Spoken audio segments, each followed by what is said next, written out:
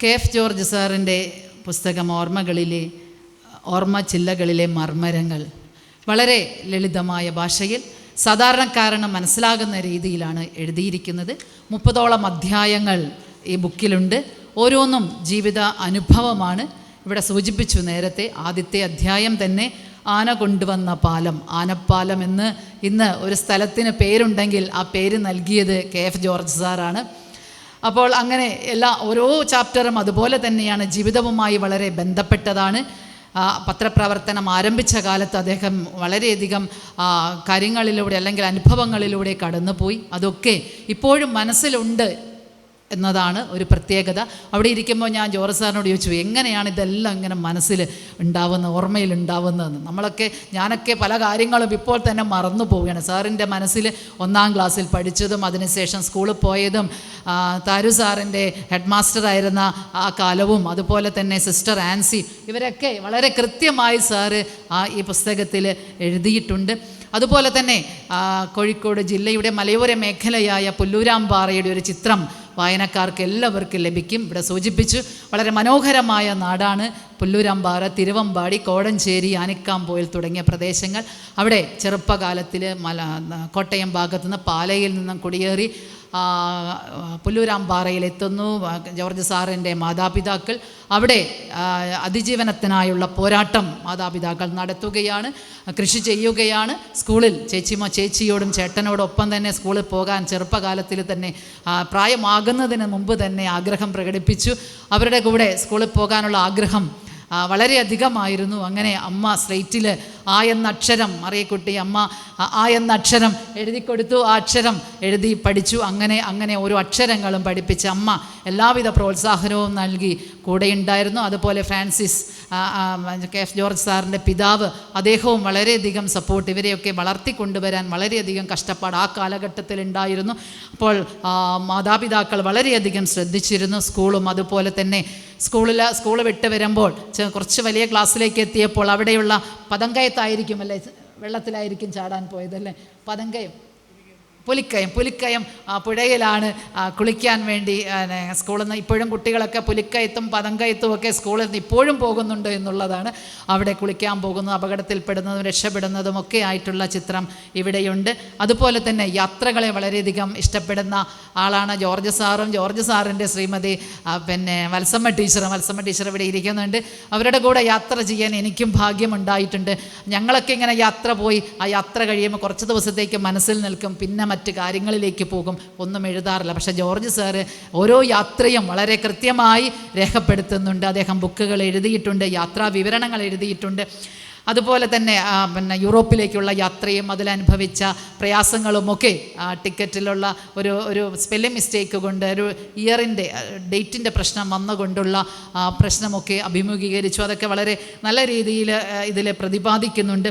അതുപോലെ തന്നെ ഷേക്സ്പിയറിൻ്റെ ഭവനത്തിലെത്തിയതും അത് നമുക്ക് വളരെ ഷേക്സ്പിയറിനെ കുറിച്ച് മനസ്സിലാക്കാനും അദ്ദേഹത്തിൻ്റെ ജന്മസ്ഥലവും ഒക്കെ നമ്മൾ ഈ വായനയിലൂടെ കടന്നു പോകുമ്പോൾ നമ്മുടെ മുന്നിലും ആ അനുഭവം ഉണ്ടാവുകയാണ്. അതുപോലെ തന്നെ അദ്ദേഹം കോളേജിന് സ്കൂള് കഴിഞ്ഞു, നല്ല മാർക്ക് വാങ്ങി. കണക്ക് ടീച്ചർ കുറച്ച് കൊണ്ട് മനപ്പാടമൊക്കെ ചോദിക്കും. നമ്മുടെ പട്ടികയൊക്കെ ചോദിക്കും, ഇടയ്ക്കൊന്ന് ചോദിക്കും. അത് എനിക്കും പ്രയാസമായിരുന്നു. അതൊക്കെ ചോദിക്കുമ്പോൾ ഉത്തരം പറയണമെന്ന് പറയുന്നു. അതുകൊണ്ട് ടീച്ചറോട് ചെറിയൊരു നീരസം ഉണ്ടായിരുന്നത് കൊണ്ട് കണക്ക് അത്ര ഇഷ്ടപ്പെട്ട് പഠിച്ചില്ല. പക്ഷേ 10ാം ക്ലാസ്സിൽ നല്ല മാർക്ക് വാങ്ങി ദേവഗിരി കോളേജിൽ അഡ്മിഷൻ എടുത്തു. അവിടെയും വളരെ നല്ല രീതിയിൽ പഠിക്കാനും അത് കഴിഞ്ഞ് സാഹിത്യത്തോട് താല്പര്യമുള്ളത് കൊണ്ട് ലിറ്ററേച്ചർ എടുക്കുവാനും MA അവിടെ നിന്ന് കഴിയുവാനും അദ്ദേഹത്തിന് സാധിച്ചു. നമ്മുടെ പ്രൊഫസർ ഷെപ്പേർഡിൻ്റെ ക്ലാസ്സിനെ കുറിച്ച് ഇവിടെ വിവരിക്കുന്നുണ്ട്.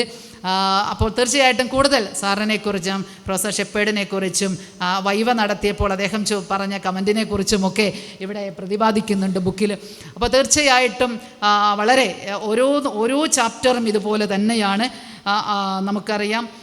അതുപോലെ നമുക്ക് കക്കടവ് പദ്ധതി, അവിടെ അവിടെ മലയോര മേഖലയാണ്. ആ പദ്ധതി വന്നാൽ നമ്മുടെ പാലാവയൽ, ചെറുപുഴ തുടങ്ങിയ പ്രദേശങ്ങളൊക്കെ കുടിയേറ്റ കർഷകരാണ്. അവരൊക്കെ നാട് വിട്ടു പോകേണ്ട ഒരവസ്ഥ വരും. അങ്ങനെ വളരെ കൃത്യമായി റിപ്പോർട്ട് ചെയ്തിരുന്നു. പത്രത്തിൽ കൃത്യമായ പത്രപ്രവർത്തകനാണ്. ആദ്യം ദീപികയിൽ വർക്ക് ചെയ്തു, പിന്നെ മനോരമയിലേക്ക് വരുന്നു. അവിടെ കൃത്യമായി അദ്ദേഹം ഈ അവിടെ നടക്കുന്ന പ്രക്ഷോഭങ്ങളെക്കുറിച്ച് സർക്കാരിൻ്റെ ശ്രദ്ധയിൽ കൊണ്ടുവരാൻ അദ്ദേഹത്തിന് സാധിച്ചിട്ടുണ്ട്. അങ്ങനെ അവസാനം ഇത്രയും ജനങ്ങൾക്ക് പ്രശ്നമുണ്ടാകും എന്ന് മനസ്സിലാക്കിയപ്പോൾ ആ പദ്ധതി ഉപേക്ഷിക്കുകയാണ് ചെയ്തത്. അങ്ങനെ അതിനുശേഷം അദ്ദേഹം എവിടെയൊക്കെ പത്രപ്രവർത്തനം നടത്തിയിട്ടുണ്ടോ അവിടെയൊക്കെയുള്ള ജനകീയ പ്രശ്നങ്ങൾ മുൻപിലെത്തിക്കുവാൻ, സർക്കാരിൻ്റെ മുന്നിലെത്തിക്കുവാൻ, പൊതുജനങ്ങളുടെ മുന്നിലെത്തിക്കുവാൻ അദ്ദേഹം ശ്രദ്ധിച്ചിട്ടുണ്ട് എന്ന് ഈ ബുക്കിലൂടെ കടന്നു പോകുമ്പോൾ നമുക്കറിയാം.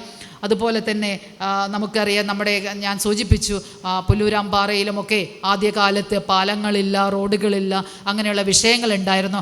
അവിടെയുള്ള പള്ളികളിലെ അച്ഛന്മാരാണ് അതിനൊക്കെ മുൻകൈയെടുത്തത്. റോഡ് ആനിക്കാമ്പോയിലേക്കുള്ള റോഡ്, ആനിക്കാമ്പോയിൽ KSRTC ബസ് കൊണ്ടുവരാനുള്ള ശ്രമം, പുലിക്കയത്തേക്ക് കടക്കുവാൻ, അല്ലെങ്കിൽ പള്ളിപ്പടിയിൽ ഒരു ഇരുമ്പ് പാലം, അങ്ങനെയുള്ള കാര്യങ്ങളൊക്കെ ചെയ്യുവാൻ അന്ന് ഫാദേഴ്സ്, നമ്മുടെ പള്ളികളിലെ അച്ഛന്മാരാണ് മുൻപ് ഉണ്ടായിരുന്നത്. അവർ സാധാരണ ജനങ്ങളെയും കൂട്ടിക്കൊണ്ടാണ് അവർ ഇത്തരത്തിലുള്ള പ്രവർത്തനങ്ങളിൽ ഏർപ്പെട്ടത്. അപ്പോൾ അച്ഛന്മാരുടെ പേരുകളൊക്കെ ഇതിൽ പരാമർശിച്ചിട്ടുണ്ട്. അതുപോലെ തന്നെ ഇന്നറിയാം, നിങ്ങൾക്ക് എല്ലാവർക്കും അറിയാം, ഞങ്ങളുടെ നാട്ടിലൂടെ KF ജോർജ് സാറിൻ്റെ നാടും എൻ്റെ നാടും ഒക്കെ ഒന്ന് തന്നെയാണ്. അവിടെ തുരങ്കപാത, അതായത് കോഴിക്കോട് ജില്ലയെ വയനാട് ജില്ലയുമായി ബന്ധിപ്പിക്കുന്ന തുരങ്കപാതയുടെ നിർമ്മാണം ആരംഭിച്ചിട്ടുണ്ട്. അതിൻ്റെ ആദ്യകാല ചരിത്രം ഞാൻ ഈ ബുക്ക് വായിച്ചപ്പോഴേ ഇത്രയും എനിക്ക് ഡീറ്റെയിൽഡ് ആയിട്ട് മനസ്സിലായത്. ഇത്രയൊന്നും അറിയില്ല. ഞാനും ഒരിക്കൽ ഇതിനു മുമ്പുണ്ടായിരുന്ന MLA നേതൃത്വത്തിൽ സാധ്യതാ പഠനത്തിന് വേണ്ടി, അന്ന് ജില്ലാ പഞ്ചായത്ത് മെമ്പറാണ്, 2005-10 കാലത്ത് അന്നത്തെ MLA കൂടെ ഞങ്ങൾ 14 പേര് സാധ്യതാ പഠനം, തുരങ്കം പാത, അന്ന് തുരങ്കപാതയല്ല, ബദൽ റോഡാണ്, ചുരത്തിന് ബദൽ റോഡാണ്, ആ റോഡ് കണ്ടെത്തുന്നതിന് വേണ്ടി, എങ്ങനെയാണ് എന്ന് കണ്ടെത്തുന്നതിന് വേണ്ടി ഞങ്ങൾ യാത്ര ചെയ്തിട്ടുണ്ട്. അത് തൊട്ട് ഇങ്ങോട്ടുള്ള കാര്യങ്ങൾ എനിക്കറിയാം. പക്ഷെ നായാട്ട് സംഘമാണ് ഈ റോഡ് കണ്ടെത്തിയതെന്നും ഇങ്ങനെ ഒരു സാധ്യതയുണ്ടെന്നും വയനാട്ടിൽ എളുപ്പത്തിലെത്താൻ സാധിക്കുമെന്നുമൊക്കെ ആ നാട്ടിലെ നായാട്ടുകാർ ആണ്. ഇന്ന് നിരോധനമൊന്നുമില്ല, ആൾക്കാർക്ക് തോക്കുണ്ട്, നായാട്ടിന് പോകാറുണ്ട് കാട്ടിൽ, അങ്ങനെ അവരാണ് കണ്ടെത്തിയതെന്നൊക്കെ ഈ ബുക്കിൽ നിന്നാണ് എനിക്ക് മനസ്സിലായത്. അപ്പോൾ തീർച്ചയായിട്ടും അത്തരത്തിൽ എല്ലാ കാര്യങ്ങളും വളരെ കൃത്യമായി പ്രതിപാദിച്ചിട്ടുണ്ട്. ചില ആശങ്കകളും അദ്ദേഹം പങ്കുവെക്കുന്നുണ്ട്. കുടിയേറ്റ ജനതയാണ് ഞങ്ങളുടെ മേഖലയിലുള്ളത്. ഇന്ന് വന്യജീവി പ്രശ്നം ഞങ്ങളുടെ മുന്നിൽ വലിയ ഒരു പ്രശ്നമായി, വെല്ലുവിളിയായി ഉണ്ട്. കാട്ടുമൃഗങ്ങൾ നാട്ടിലേക്ക് ഇറങ്ങുന്നു, അവിടെ ജീവിതം പ്രയാസകരമായി വരുന്നു, ആൾക്കാർ കൃഷിഭൂമി ഉപേക്ഷിച്ചുകൊണ്ട് താഴേക്ക് പോരുന്നു, വനത്തിൻ്റെ വിസ്തൃതി കൂടുന്നതായിട്ടും നമുക്ക് കാണാൻ സാധിക്കുന്നുണ്ട്. അങ്ങനെ ആശങ്കയും പങ്കുവെച്ചുകൊണ്ടാണ് ഈ ബുക്ക് അവസാനിക്കുന്നത്. വളരെ വളരെ മനോഹരമായി, അല്ലെങ്കിൽ ലാംഗ്വേജ് വളരെ ഭംഗിയുള്ള ഭാഷ ഉപയോഗിച്ചുകൊണ്ട്, ഞാൻ സൂചിപ്പിച്ചു, സാധാരണക്കാരന് മനസ്സിലാകുന്ന ഭാഷയാണ് അദ്ദേഹം ഉപയോഗിച്ചിരിക്കുന്നത്. ഇനിയും ഇതുപോലുള്ള ഓർമ്മക്കുറിപ്പുകളും യാത്രാ വിവരണങ്ങളും ഇനിയും ജോർജ് സാർ എഴുതണം എന്നാണ് എനിക്ക് അവസരത്തിൽ പറയാനുള്ളത്. സാറിന് ഈ ഉദ്യമത്തിന് എല്ലാവിധ ആശംസകളും നേരുകയാണ്. കൂടുതൽ ആളുകളിലേക്ക് ഈ പുസ്തകം എത്തട്ടെ. ആൾക്കാർ നാടിനെക്കുറിച്ചും അദ്ദേഹം ഈ നാട്ടിൽ ചെയ്ത പത്രപ്രവർത്തനത്തെക്കുറിച്ചും ഒക്കെ ആൾക്കാർക്ക് കൂടുതൽ മനസ്സിലാവാൻ സാധിക്കട്ടെ എന്ന് ഈ അവസരത്തിൽ ആശംസിക്കുകയാണ്. തീർച്ചയായിട്ടും വരും കാലങ്ങളിലും സാറിൻ്റെ ബുക്കുകൾക്ക് വേണ്ടി, സാറിൻ്റെ എഴുത്തുകൾക്ക് വേണ്ടി ഞങ്ങൾ കാത്തിരിക്കുകയാണ് എന്ന് പറഞ്ഞുകൊണ്ട് ഈ ചടങ്ങിന് എല്ലാവിധ ആശംസകളും നേർന്നുകൊണ്ട് നിർത്തുന്നു. നന്ദി, നമസ്കാരം.